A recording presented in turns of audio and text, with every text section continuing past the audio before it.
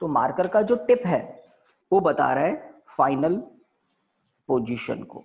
तो monkey 7 metre गया north side में, देन मंकी राइट साइड में बैंड करके ईस्ट साइड में कितना चला गया 10 मीटर, और उसको एक पोल मिला, वो पोल पर चढ़ गया। उस पोल की हाइट कितनी है √20 मीटर। इस तरह से आपको ए पॉइंट से एम पॉइंट का मार्कर का टॉप क्या है, पोल का टॉप, ए पॉइंट से टॉप पॉइंट का स्ट्रेट डिस्टेंस बताना है, दैट मींस डिस्प्लेसमेंट बताना है। तो लिख लीजिए लास्ट में, find the displacement of monkey, find the displacement of monkey, find the displacement of monkey. तो इस क्वेश्चन को सॉल्व करने के लिए मेरे पास एक ट्रिक है, और मे बी आपको वो ट्रिक अच्छी लगे। देखिए क्या है ट्रिक, मैं क्यूबॉइड बनाऊंगा, उस क्यूबॉइड की हेल्प से हम इसको सॉल्व कर सकते हैं, है ना। बहुत से बच्चों ने दिमाग लगा के आई थिंक सोच लिया होगा क्या हो सकता है आंसर। देखिए लेट मंकी यहां से स्टार्ट करता है,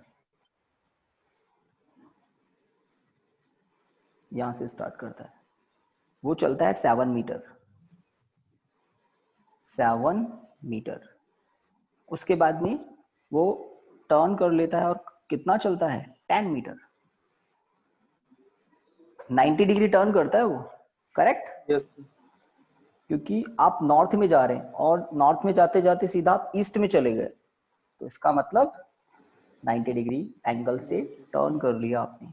अब 10 मीटर चलने के बाद आपको क्या मिल गया, एक इलेक्ट्रिक पोल, है ना। अब आपको नहीं बोलूंगा मैं, तो उस मंकी की ही बात हो रही है इस क्वेश्चन। तो √20 मीटर ऊपर इलेक्ट्रिक पोल पर वो यहां पहुंच गया मंकी। तो इनिशियल पॉइंट ए, फिर बी पर वो 90 डिग्री टर्न होकर इस साइड में गया सी तक, और सी से वो चला गया टॉप पर।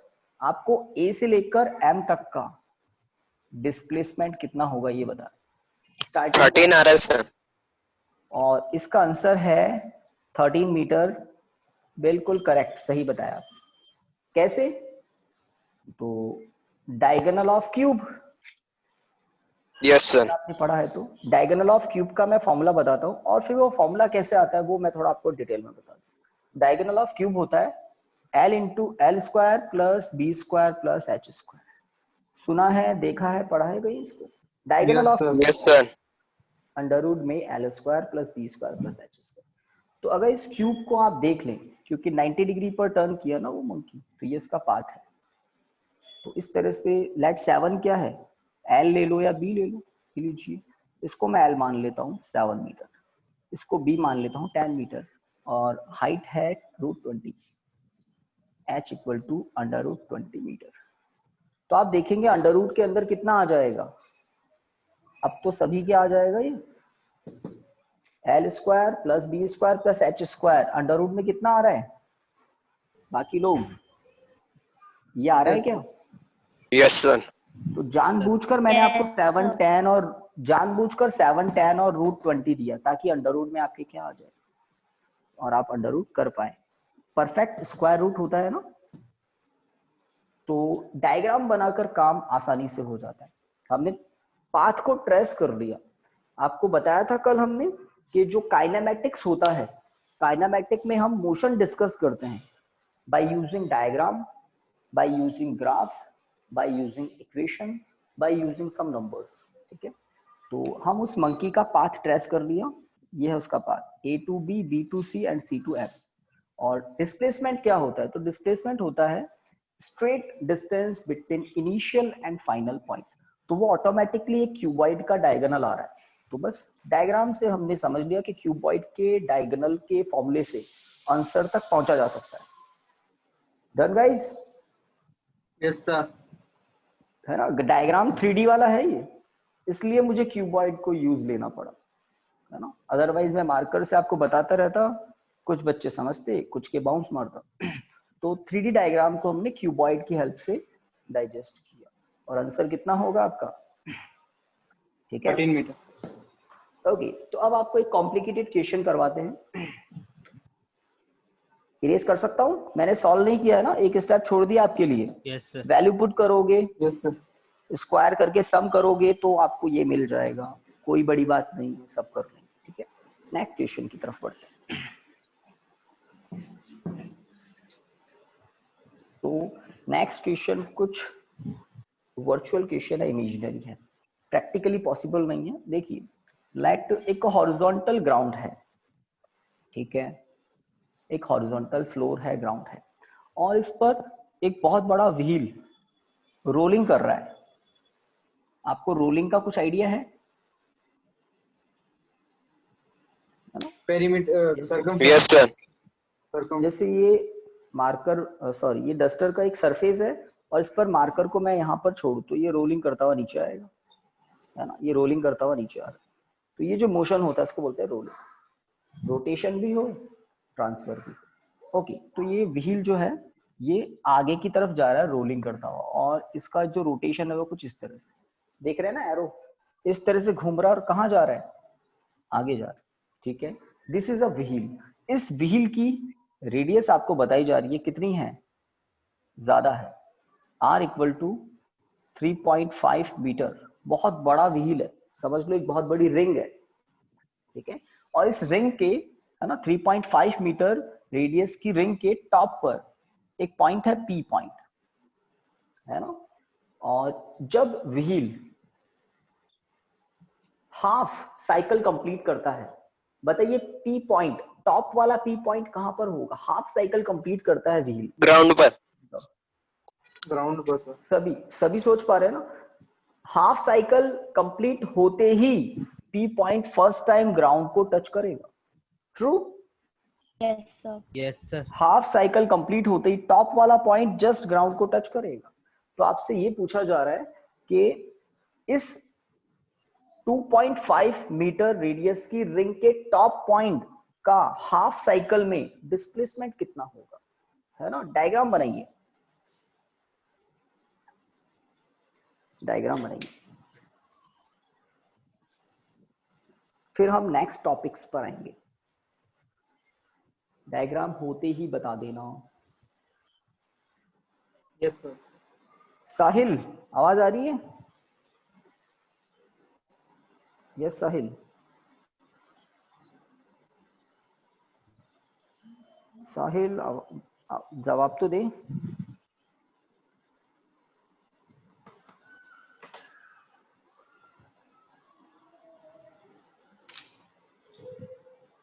साहिल सिन्हा, कमाल है भाई। चलिए, होते ही बता देना, डायग्राम कंप्लीट होते ही बता देना। हो गया सर. हो गया सर। हो गया sir. हो यस गया ना? Sir.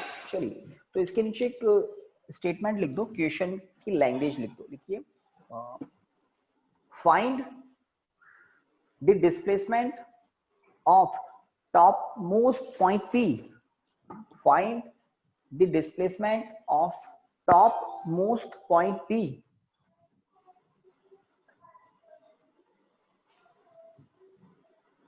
on the ring of radius 2.5 meter, on the ring of radius 2.5 meter। 3.5 sir. 3.5 लिखा है ना, यस, अभी गड़बड़ हो जाती है, ठीक है, तो 3.5 metre in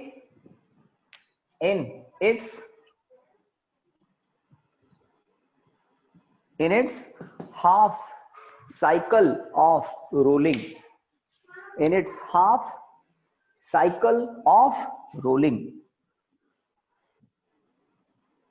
in its half cycle of rolling। तो हमारे जो व्हीकल्स होते हैं ना, 2 व्हीलर 4 व्हीलर, इनके व्हील कौन सा मोशन करते हैं, रोलिंग, है ना, घूमते भी हैं, रोटेशन भी करते हैं, और डिस्प्लेसमेंट भी होता है, एक प्लेस से दूसरे प्लेस भी जाता है। अगर आपसे बात करें, जो सीलिंग फैन होते हैं वो प्योरली रोटेशनल मोशन करते हैं, ceiling fan purely rotational motion करते हैं, ठीक है। और आपसे कहें एरोप्लेन, तो एरोप्लेन प्योरली ट्रांसलेटरी मोशन करता है, एक प्लेस से दूसरे प्लेस जाता है, घूमता नहीं। और व्हील कैसा मोशन करते हैं? तो व्हील दो मोशन का कॉम्बिनेशन होता है, ट्रांसवर्सल भी होता है, एक प्लेस से दूसरे प्लेस भी जाते हैं और घूमते हुए जाते हैं। तो इस रिंग का 3.5 मीटर रेडियस की रिंग का मोशन कौन सा है? रोलिंग है ना। इसलिए मैंने दो एरो दिखाए हैं डायग्राम में, ऐसे घूमेगी और आगे जा रही है, ठीक है। तो हाफ साइकिल में पी पॉइंट ग्राउंड को टच करेगा, आपने बिल्कुल सही बताया था। तो आप मुझे बताइए हाफ साइकिल में पी पॉइंट का डिस्प्लेसमेंट कितना होगा? इंटरेस्टिंग क्वेश्चन है, अच्छे लेवल का क्वेश्चन है ना। सर और पाई डेटा आर, मैंने कुछ ऐसा दिया, हाँ सर पाई आ आर गया सर। आएगा सर। पाई आर बता रहे हैं अंडर और रूट कोई कुछ? अंडर रूट, अरे नीलेश बोल रहे हैं 170 क्या? 170 यस सर नीलेश बोल रहे हैं क्या? यस मुझे सर याद आ गया, मुझे याद आ गया कि आपने तो ये किया हुआ है, बस मैंने डेटा ही तो चेंज किया। बिल्कुल आप बोल रहे हैं तो आई थिंक आप सही बोल रहे होंगे। चलिए तो अभी आप थोड़ी देर, है ना, बिल्कुल शांति से रहें, बाकी लोगों को भी दिमाग चलाने दें। तो आपको याद आ गया है ना, ऐसा क्वेश्चन आपने किया हुआ है। तो रोलिंग मोशन और बताया मैंने आपको, जिस तरह से ये मार्कर है ना, इस तरह से रोलिंग मोशन कर रहा है, दिख रहा है ना सभी को? ऐसे ये होता है रोलिंग मोशन, आगे भी जा रहा है और घूमता हुआ जा रहा है। तो ये व्हील, ये रिंग रोलिंग मोशन कर रही, घूम भी रही है और आगे भी जा रही है। तो बिल्कुल आपको समझ में तो आ ही गया, तभी आपने बताया कि हाफ साइकिल में पी पॉइंट कहां पर होगा? जस्ट ग्राउंड को टच करेगा, यहाँ पे, है ना, मान लेते हैं यहाँ पर कहीं टच करेगा पी पॉइंट। तो हॉरिजॉन्टल डिस्प्लेसमेंट कितना हुआ पी पॉइंट का? यस सर पाई आर, क्योंकि हाफ साइकिल में सरकमफेरेंस कितनी होगी? हाफ साइकिल की circumference pi r. Full cycle में डिस्टेंस या सरकमफेरेंस कितनी होती है? सब जानते हैं 2 पाई सर आर। आ गया। आ गया ना? Yes sir. देखते हैं। हाँ एक और बात, ये तो हॉरिजॉन्टल डायरेक्शन का डिस्प्लेसमेंट है, वर्टिकल डायरेक्शन में भी तो है। पी पॉइंट जो टॉप पर था वो ग्राउंड पर आ गया, तो वर्टिकल डायरेक्शन का डिस्प्लेसमेंट कितना है? ये देखिए, ये पूरी वर्टिकल लाइन, जो पी पॉइंट टॉप पर था वो कहां पर आ गया? इस लेवल पर आ गया ना, ग्राउंड पर, इस लेवल पर आ गया। तो वर्टिकल डिस्प्लेसमेंट कितना है मैं यहां मार्क कर देता हूं अब, 7 मीटर। किसी को कोई शक? 7 मीटर, डबल ऑफ रेडियस, ये सेंटर है इसका, तो रेडियस का डबल होगा 7 मीटर। तो पी पॉइंट का वर्टिकल डायरेक्शन में डिस्प्लेसमेंट कितना हुआ? 7 मीटर। टॉप से कहां आ गया? ग्राउंड पर। समझ गए ना? अगर आप किसी बॉल को बिल्कुल अपनी घर की छत पर रखे हुए हैं, तो हाइट है कुछ h, और उसको आप घर की छत के से ड्रॉप कर दे और ग्राउंड पर पहुंचा दे इसको, तो समझ गए ना वर्टिकल डिस्प्लेसमेंट कितना हुआ? हाइट के इक्वल। तो पी पॉइंट के साथ भी ऐसा ही हुआ, पी पॉइंट इनिशियली टॉप पर था और हाफ साइकिल होते ही वो ग्राउंड पर पहुंच जाता है, तो कितना नीचे आ गया वो? 7 मीटर नीचे आ गया ना। और साथ में वो आगे भी गया है, साथ में वो आगे भी गया है, कितना आगे चला गया है? पाई आर। इस पाई आर की वैल्यू क्या होगी? 22/7 इंटू 3.5, 11 आ जाएगा सर 11 आ जाएगा क्या? है ना। थोड़ा तो मैंने डायग्राम में सॉल्व कर दिया। अब देखिए डिस्प्लेसमेंट क्या होता है? तो डिस्प्लेसमेंट होता है इनिशियल पोजीशन से फाइनल पोजीशन का स्ट्रेट डिस्टेंस, ये आपका आंसर होगा। अब क्या होगा? तो बात खत्म। ये एंगल 90 डिग्री लिख सकता हूं क्या यहाँ पर? यस सर क्योंकि मैं इसको कह रहा हूं वर्टिकल और इसको कह रहे हैं हॉरिजॉन्टल, तो इसका मतलब बीच में एंगल कितना है? 90 डिग्री। अब पाइथागोरस थ्योरम से आपको d मिलेगा, तो d क्या होगा? Under root of 7 square plus 11 square, है ना। तो 170 अंडर रूट के अंदर 49 plus 121 under root 170, root solve नहीं करें, मीटर। तो ये एक इंटरेस्टिंग क्वेश्चन था, क्योंकि पी पॉइंट, है ना, आपका चैप्टर क्या है? मोशन इन स्ट्रेट लाइन है क्या ये? यस सर है ना। यस तो सर इसी में आता है डिस्टेंस और डिस्प्लेसमेंट। तो इस पी पॉइंट के दो मोशन हो रहे हैं, वर्टिकली नीचे आ गया ये और आगे भी गया है। तो पाइथागोरस थ्योरम से हम इस ट्रायंगल से पता लगा सकते हैं answer. Done guys, √170 metre. Sir yes, कोई कुछ कह रहा है? सर बोलिए। मैं ये बोल रहा हूँ कि सर मेरे कल नेटवर्क इश्यू बहुत ज्यादा था, तो सर कल की क्लास, रिकॉर्डेड क्लास आप मेरे को भेज सकते हो क्या सर? अरे ऐसी कुछ बातें हो ना तो आपको पास मेरा नंबर है और आप मुझे बता दिया करें, बच्चों के आते रहते हैं और मैं सेंड कर देता हूँ, है ना। आपके अभी म्यूट तो नहीं हुआ ना मैं? नहीं हेलो, सर। आवाज कंटिन्यू आ रही है सभी को? बीच में म्यूट हो गया था क्या? No sir. ठीक है, ठीक है, फिर ठीक है। ओके, तो ये जो साहिल अब बोल रहे हैं ना, जब पूछ रहा था तो आप बिल्कुल आराम से शांति से बैठे थे, तो आपको सेंड कर देंगे। ओके, तो नेक्स्ट टॉपिक पर आते हैं। यस गाइस, डाइजेस्ट हो गया question? Yes, sir. Yes, sir. Yes sir. तो मैंने डायग्राम से इसलिए आपको समझाया, तो आपको समझ में आ गया होगा कि काइनेमैटिक्स में मोशन को डिस्कस किया जाता है डायग्राम से। आगे जब ग्राफ आएंगे तो ग्राफ से भी करेंगे, और जब न्यूटन के इक्वेशन पढ़ लेंगे तो इक्वेशन से भी करेंगे। ओके, नेक्स्ट हेडिंग लिखिए। बहुत ही ऑर्डिनरी सी बातें अब करेंगे जो आपको ऑलरेडी पता है, बट सिलेबस का पोर्शन है तो हम एस्केप नहीं कर सकते। लिखिए स्पीड, है ना। तो सबके दिमाग चलने लग गए होंगे, बट हमें फॉर्मेलिटी तो पूरी करनी है ताकि हम अच्छे क्वेश्चन कर पाए। हाँ भाई, डेफिनेशन लिखे, लिखिए। Yes sir. The rate of change of distance, the rate of change of distance is called speed, is called speed. The rate of change of distance is called speed. Done guys? और कैसी quantity है आपको पता है, it is a scalar quantity, क्योंकि speed की definition किससे आती है? डिस्टेंस से। डिस्टेंस स्केलर है, इसलिए स्पीड भी स्केलर है। Okay, it is a scalar quantity. और एसआई सिस्टम में इसकी यूनिट इन जनरल हम क्या लिखते हैं? Metre per second. पता है ये सब बातें आपको? चलिए, जो नहीं पता है अब उस पर आते हैं। लिखिए एवरेज,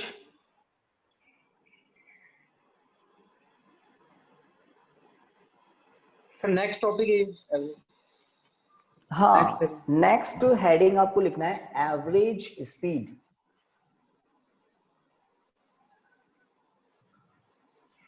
एवरेज स्पीड। तो एवरेज स्पीड की डेफिनेशन कोई बता सकता है? एनीवन, आप में से कोई? Sir, total distance upon rate of total change time. Of, total distance upon total time. Total distance upon total time, बिल्कुल सही है। लिखिए it is defined by the ratio of, it is defined by the ratio of total distance and total distance and total time taken. Total distance and total time taken.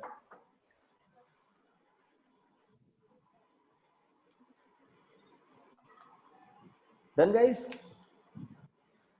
Yes Yes, sir. Okay okay, तो formula क्या हो गया इसका?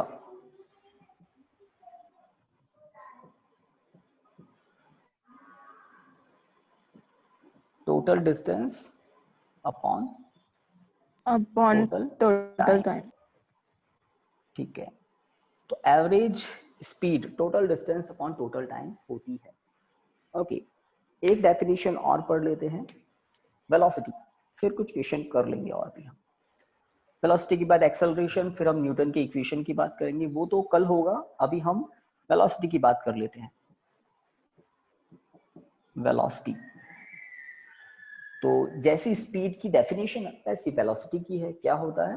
The rate of change of displacement, distance के place पर displacement. तो फटाफट लिख लें,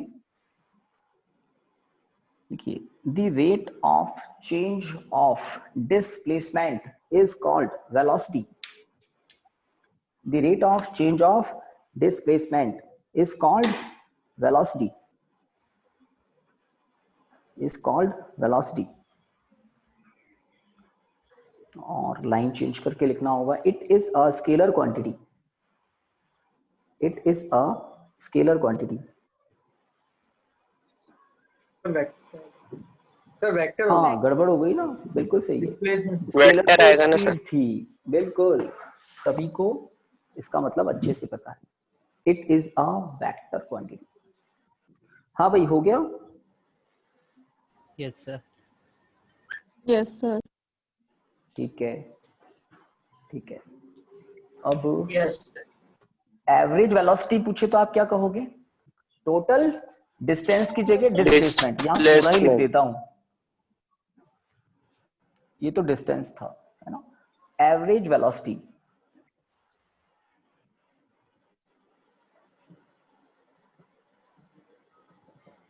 ठीक है। तो फॉर्मेलिटी पूरी करनी पड़ेगी क्योंकि 9th की फिजिक्स 11th में स्टार्टिंग में कुछ जरूर डिस्कस की जाती है।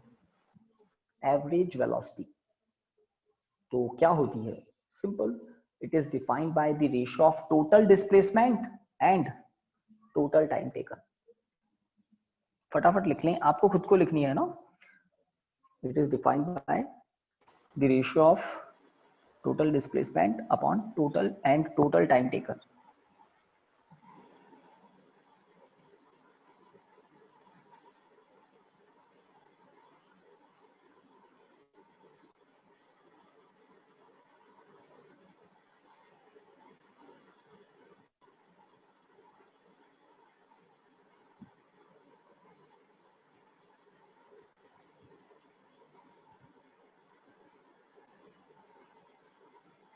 Average velocity,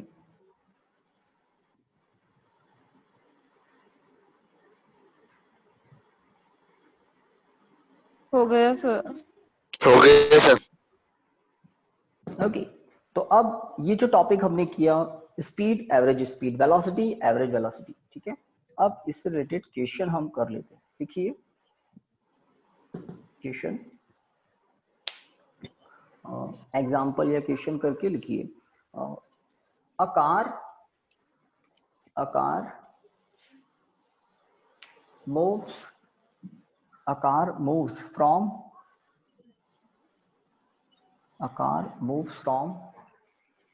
a town X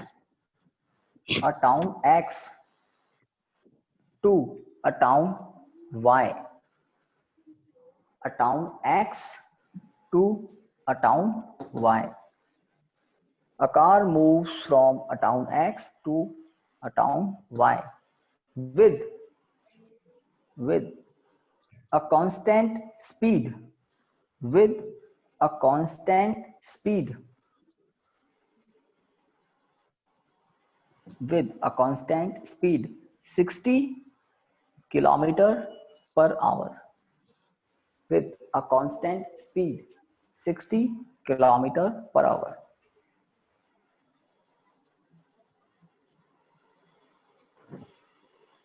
and return back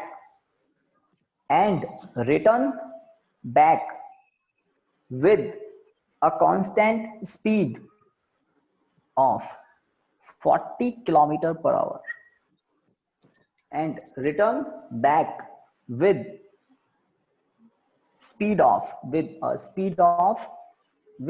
constant लिखा है क्या guys?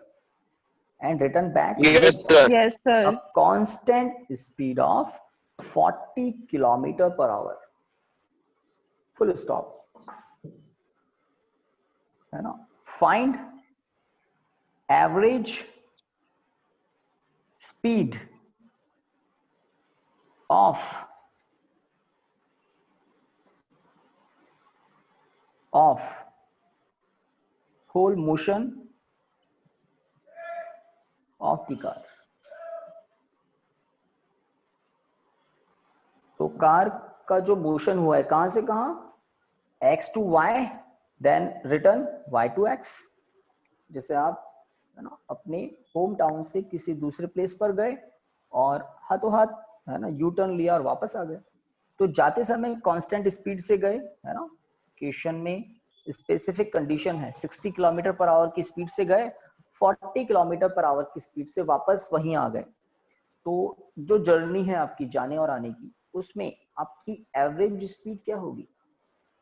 एनीवन? क्वेश्चन तो समझा दिया मैंने आपको। 60/40/2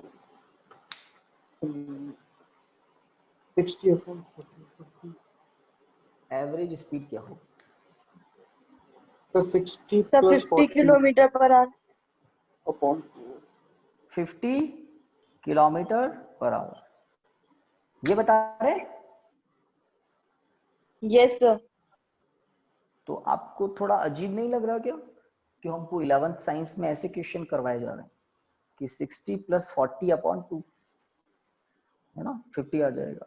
तो ये सही नहीं है, ये रॉन्ग है। अगर इतना इजी होता तो फिर ये फॉर्मूला किस लिए होता? एवरेज स्पीड का तो फॉर्मूला ही कुछ और होता है। आपने तो ऑर्डिनरी नंबर होता है ना वैसे कर दिया, तो ये रॉन्ग है। जैसे आपको मैं एमसीक्यूज बना देता ना इसका ABCD, तो उसमें आपका रॉन्ग वाला आंसर भी मैं रखता और फिर आप उसी को राइट कर देते। जैसे लीजिए फर्स्ट ऑप्शन ही आपका hour, then 60 kilometre per hour, then 40 kilometre per hour, then 48 kilometre per hour, और एक्चुअल में इसका आंसर है 48 किलोमीटर पर आवर, है ना। क्वेश्चन बहुत ऑर्डिनरी है बट आपको मुझे बताना पड़ेगा और उसके बाद आप हमेशा सही करेंगे, है ना। तो वैसे तो 10th लेवल में भी ऐसे क्वेश्चन होते हैं, सॉरी 9th में होते हैं आई थिंक, मैकेनिक्स या काइनेमेटिक्स। ओके, तो क्वेश्चन तो आपको मैंने बता दिया, अब इसके सॉल्यूशन की बात करते हैं, ठीक है। तो डायग्राम से ही बात आपको ज्यादा अच्छे से समझ में आएगी। Let this is X town, let this is Y town, और एक्स टाउन से वाई टाउन का बीच का डिस्टेंस मैं मान लेता हूं डी है, स्मॉल डी या कैपिटल डी या एक्स वाई कुछ भी ले सकते, चलिए मैं एक्स मान लेता हूं। तो एक्स टाउन से वाई टाउन के बीच का डिस्टेंस क्या है? Small x kilometre, small x kilometre है। लेट कर लिया ये, ओके। तो बताइए टोटल लेंथ कितनी होगी, टोटल डिस्टेंस कितनी होगी? आप एक्स से वाई, बिल्कुल सही है, आप एक्स टाउन से वाई टाउन पर गए, एक्स डिस्टेंस ट्रेवल कर, वाई से वापस एक्स पर आ गए, तो टोटल डिस्टेंस कितना हुआ? टोटल डिस्टेंस कितना हुआ? 2x। देखो फॉर्मूला मेरे पास लिखा हुआ था तो मैंने यहाँ लिख दिया। आपको तो क्या लिखना पड़ेगा? Average speed equal to total distance upon total time. अब टोटल टाइम क्या होता है? तो टाइम क्या होता है? तो टाइम होता है, यहां लिखना पड़ेगा, टोटल टाइम क्या होगा? t1 + t2। t1 है x से y टाउन तक जाने का टाइम और t2 है y से x तक जाने का टाइम। कौन सा बड़ा होगा टाइम, t1 या t2? किसमें ज्यादा टाइम लगेगा? T2 सर, क्योंकि आने में स्पीड थोड़ी कम है, जाने में तो थोड़ी ज्यादा है। तो t1 कम होगा टाइम, t2 टाइम ज्यादा लगेगा, आने में ज्यादा टाइम लगेगा। तो टाइम t1 क्या होगा? I think distance upon speed time होता है, कोई जानता है क्या या बस मैं ही जानता हूं? जाने में टाइम होगा डिस्टेंस अपॉन स्पीड, तो जाने में डिस्टेंस तो x है सबको पता है, और स्पीड कितनी है क्वेश्चन में? 60। तो t1 क्या होगा? Distance upon speed. बताइए t2 क्या होगा? आने का टाइम। x/40। सभी सही सोच रहे हैं, x/40। 40 जो इसको सॉल्व करेगा वो सही आंसर तक पहुंचेगा, है ना। सॉल्व कीजिए और बताइए मुझे। 48 किलोमीटर पर आवर आ जाए तो बता देना,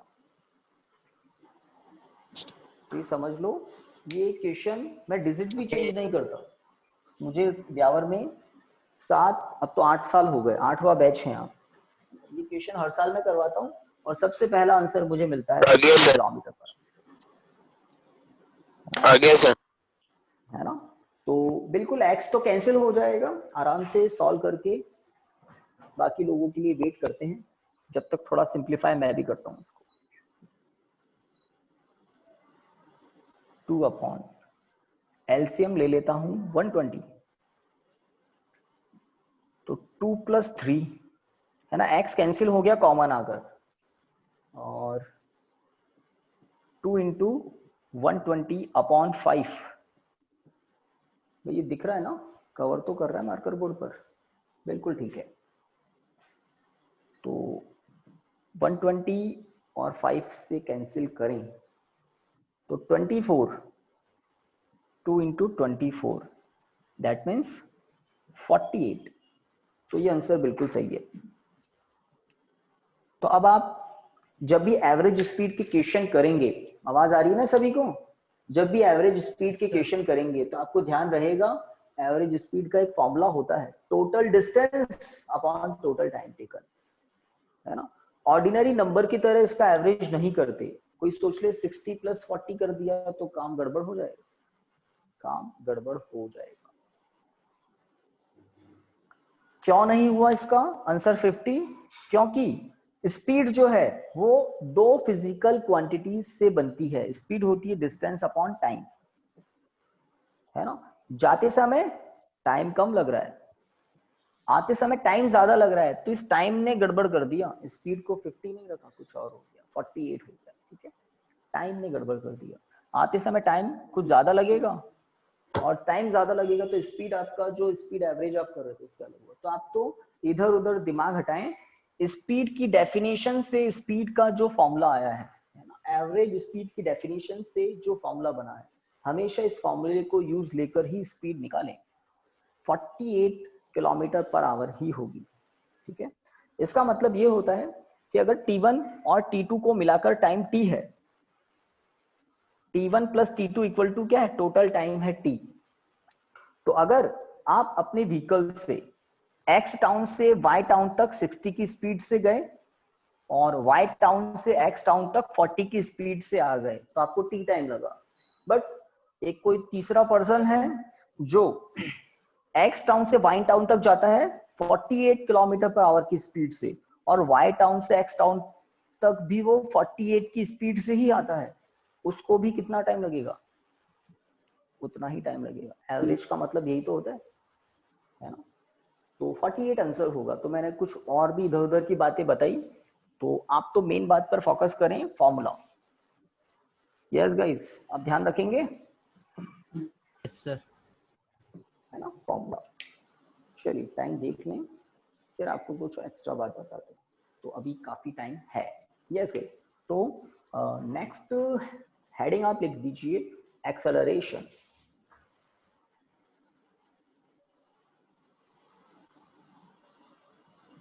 तो क्या होता है, आई थिंक सब जानते हैं।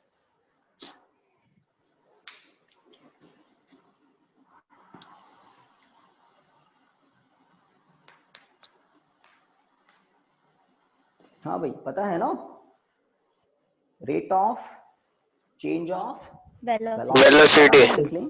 The rate of change of velocity is called, the rate of change of velocity is called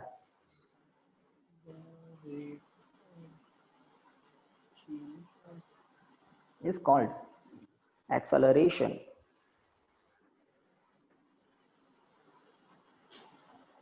Is called acceleration. हाँ भाई, ये स्केलर होती है या वेक्टर क्वांटिटी होती है ये? तो वेक्टर सर। बोले, कोई तो बताए। Sir vector. वेक्टर। और कोई पूछ ले भाई क्यों वेक्टर क्यों होती है? सर क्योंकि वेलोसिटी आ रहा है। वेलोसिटी है सर, डायरेक्शन आ रही है वेलोसिटी। वेलोसिटी, बिल्कुल, क्योंकि एक चेन होती है वेक्टर की, डिस्प्लेसमेंट वेक्टर है इसलिए वेलोसिटी वेक्टर है, वेलोसिटी वेक्टर है इसलिए एक्सेलरेशन वेक्टर क्वांटिटी होती है। ओके, तो एक्सेलरेशन के लिए हम एक फॉर्मूला भी ऐसा लिखते हैं, rate of change of displacement is called velocity, है ना, इन मीटर पर सेकंड स्क्वायर, ठीक है। It is a vector quantity, आप लिख सकते हैं। तो ये वो बातें हैं जो आप ऑलरेडी जानते हैं, और एवरेज स्पीड वाली बात भी कुछ लोग जानते होंगे, बट मैंने थोड़ी क्लियर कर दी।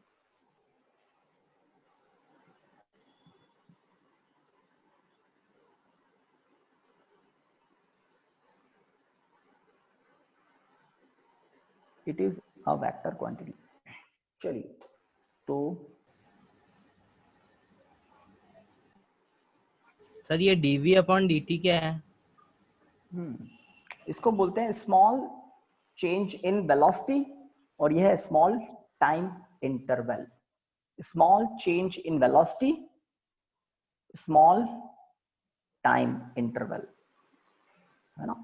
तो change in velocity upon time duration, ये रेशियो क्या होता है? जिस तरह से आप कहते हैं ना कि वेलोसिटी क्या होती है, तो वेलोसिटी होती है small displacement upon small time. तो dt एक स्मॉल टाइम इंटरवल है, लाइक 1 सेकंड 2 सेकंड, और 1 सेकंड या 2 सेकंड में ऑब्जेक्ट कुछ तो डिस्टेंस या डिस्प्लेसमेंट कवर कर रहा है, तो डिस्टेंस या डिस्प्लेसमेंट अपॉन टाइम स्पीड या वेलोसिटी होती है। उस तरह से change in velocity upon time interval acceleration होता है, ठीक है। तो चेंज इन वेलोसिटी है dv, टाइम इंटरवल है dt। तो टाइम इंटरवल कौन सा है? जितने टाइम इंटरवल में वेलोसिटी चेंज हुई है, dv, ओके। और एक्सेलरेशन की यूनिट सब जानते हैं। ओके गाइस, हो गया यहां तक। अब इस चैप्टर का सबसे इंपॉर्टेंट काम करते हैं, लिखिए।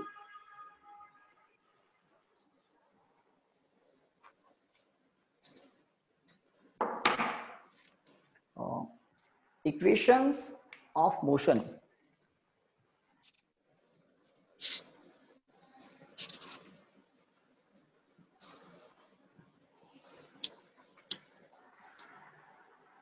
by graphical method।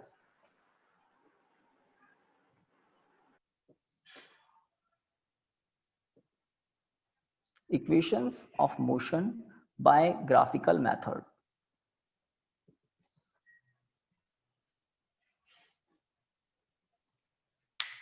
Equations of motion by graphical method।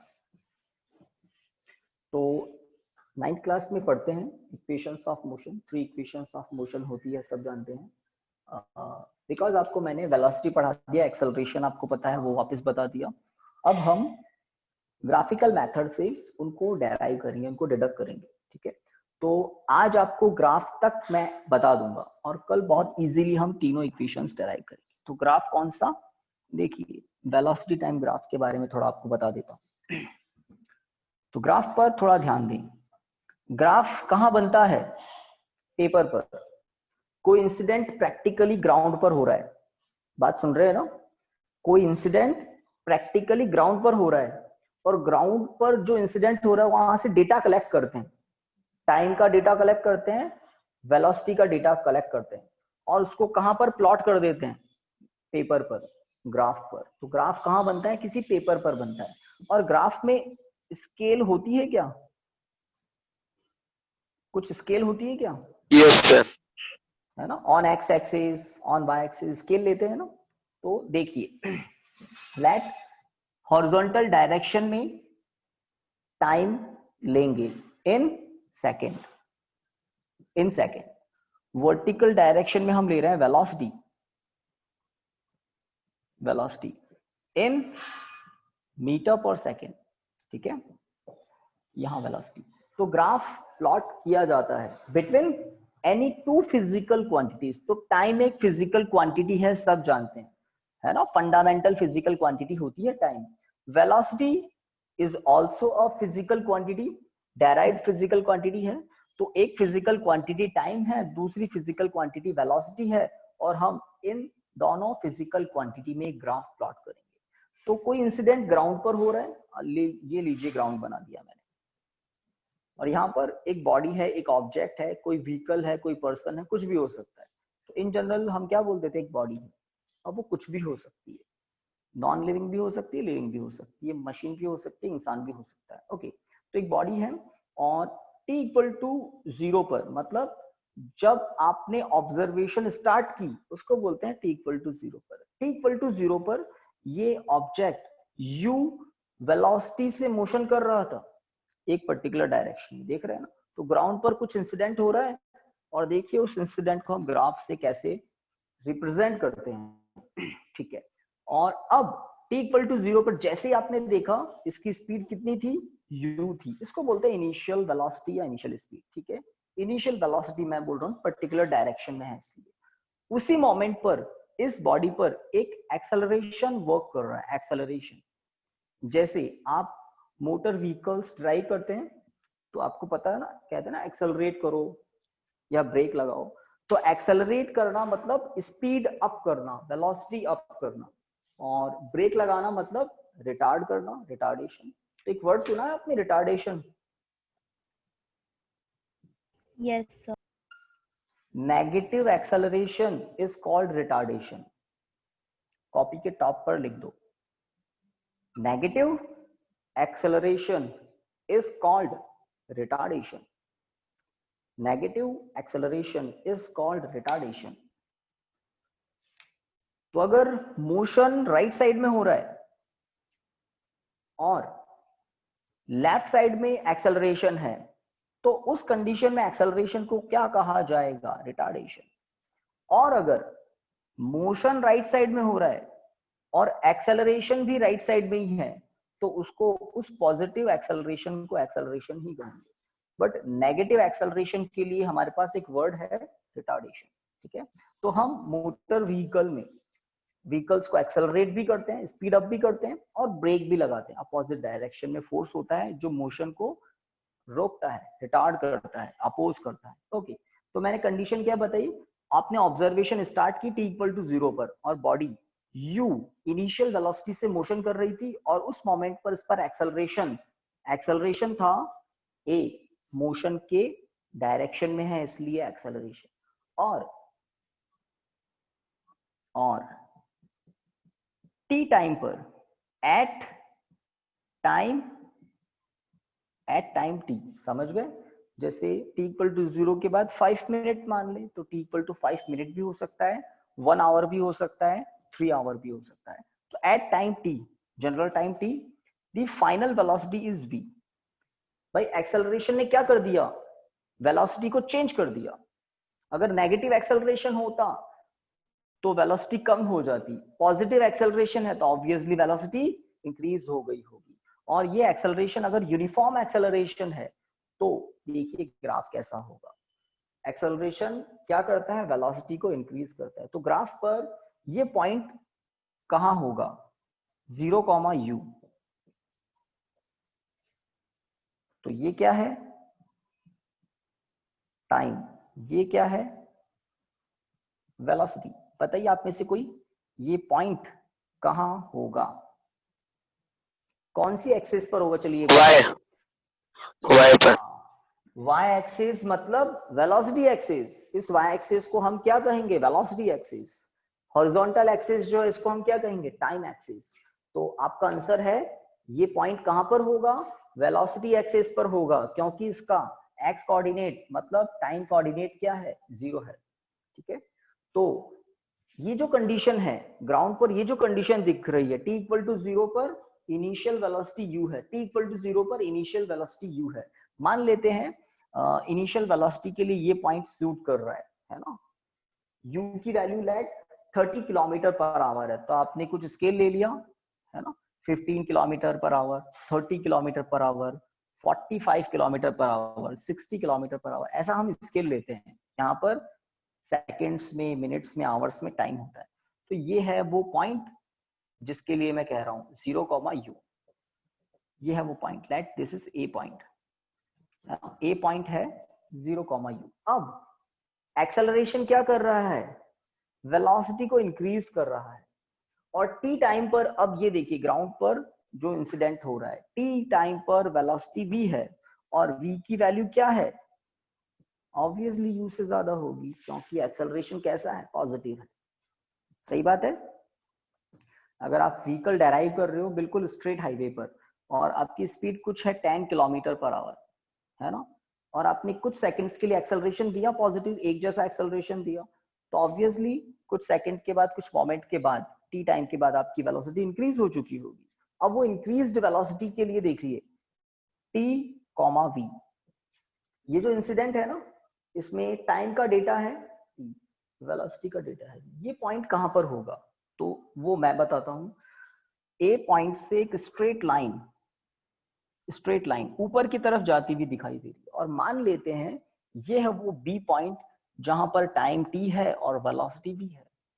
तो अगर आप इस बी पॉइंट से टाइम एक्सिस पर नॉर्मल ड्रॉ कर दें, टाइम एक्सिस पर नॉर्मल ड्रॉ कर दें, तो यहां पर आपको मिलेगा क्या, टाइम इन सेकेंड्स, और ये हाइट क्या होगी, वेलोसिटी। कोऑर्डिनेट्स जानते हैं ना आप, एक दिन क्वेश्चन करवा रहा था ना मैं, एक्स कोऑर्डिनेट और वाई कोऑर्डिनेट वाला, 3,2 ऐसा कुछ।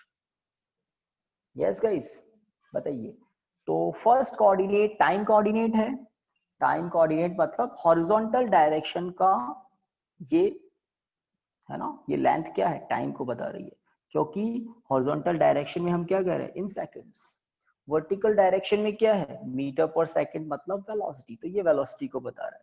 तो ऑब्वियसली जो आपको मैं कह रहा था ना 15 किलोमीटर पर आवर, स्केल लेते हैं कुछ 30 किलोमीटर पर आवर, या यहाँ पर 45 किलोमीटर पर आवर, और ये 60 किलोमीटर पर आवर।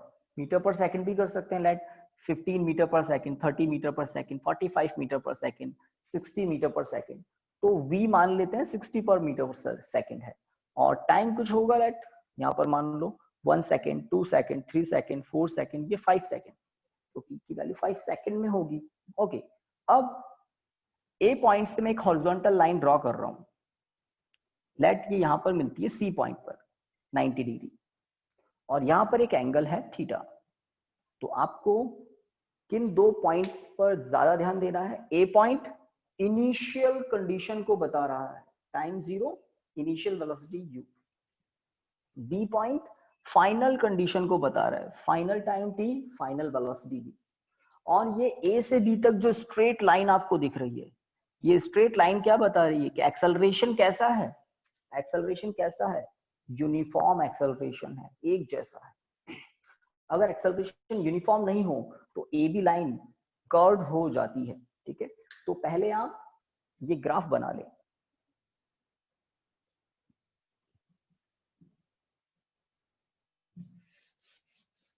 और इस ग्राफ को एक बार और थोड़ा सा क्लियर करते हुए हम कल आगे बढ़ेंगे।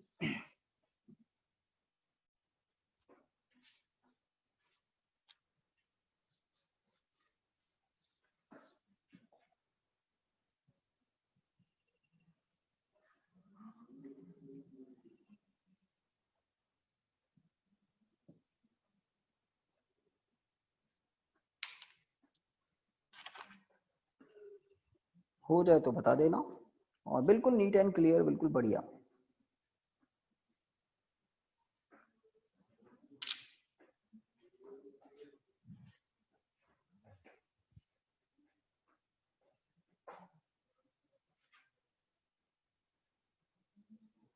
ओ हो गया सर। ठीक है ना, तो बस इस ग्राफ तक का काम कर लें, और इसके आगे कल करेंगे। ओके स्टूडेंट्स, है ना, तो स्क्रीनशॉट ले सकते हैं या कंप्लीट कर सकते हैं, स्क्रीनशॉट लेकर इसको कंप्लीट कर सकते हैं, ठीक है ना। थैंक यू स्टूडेंट्स, तो आज की क्लास को यहाँ ऑफ करते हैं। Okay, good night, bye. Thank you, sir. Thank you sir. Thank you sir. Okay, Thank you, sir.